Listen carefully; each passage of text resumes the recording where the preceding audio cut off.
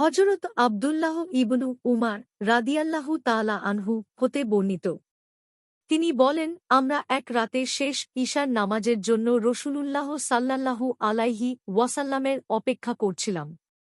তিনি সাল্লাল্লাহু আলাইহি ওয়াসাল্লাম এমন সময় বের হলেন, যখন রাতের 1/3 অতিক্রান্ত অথবা এরও কিছু পর।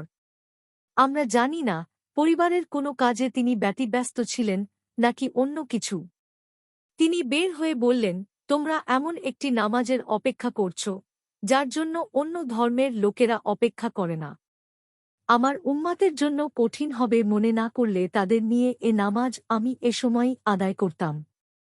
এরপর তিনি সাল্লাল্লাহু আলাইহি ওয়াসাল্লাম মুয়াজ্জিনকে নির্দেশ দিলে সে ইকামত দিল। আর তিনি সাল্লাল্লাহু আলাইহি ওয়াসাল্লাম নামাজ আদায় করালেন। মুসলিম 639, নাসাই 537, সহিহ ইবনু খুজাইমাহ 344, সহিহ ইবনু হিব্বান 1536, সহিহ আল জামি 2303। মিশকাতুল মাশাবিহ 616। হাদিসের মান সহিহ।